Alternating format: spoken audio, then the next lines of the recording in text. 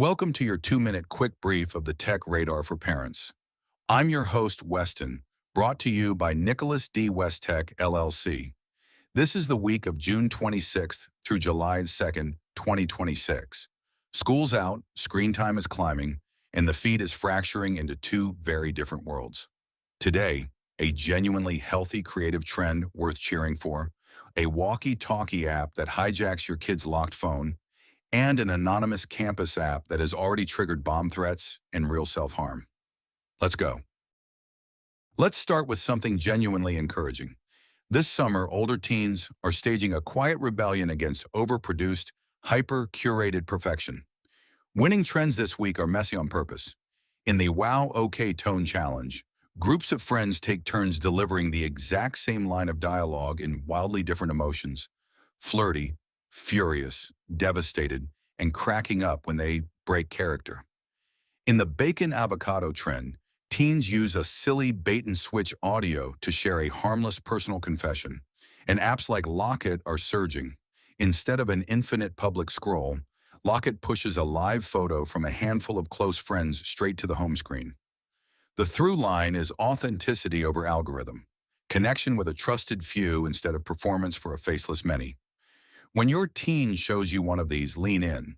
This is the internet at its most human, and it's worth celebrating out loud. Now the alarm bells. There's an app called 1010 that just crossed 6 million monthly users, and it turns a smartphone into a live walkie-talkie. Kids connect with a friend using a simple PIN code, and here's the problem.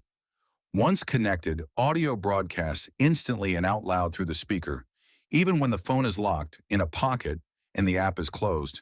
Teens love it for jump-scaring friends in silent classrooms or late at night.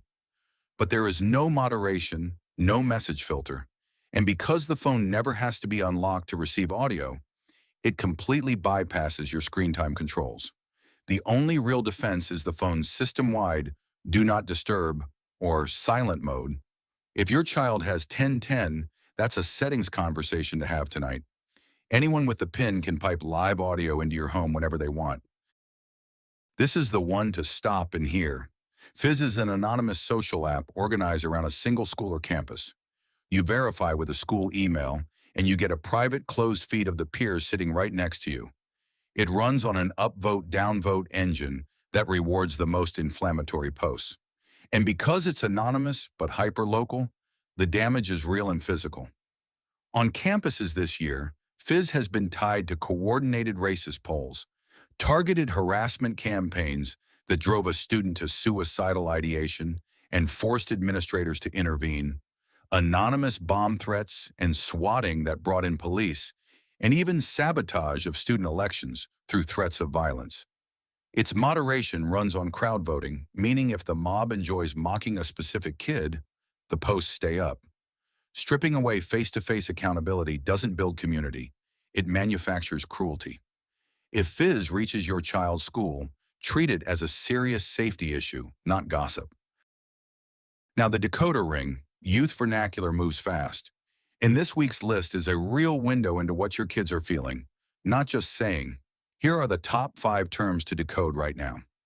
Delulu, short for delusional, usually played for laughs about unrealistic hopes, but rooted in the idea that ignorance is bliss.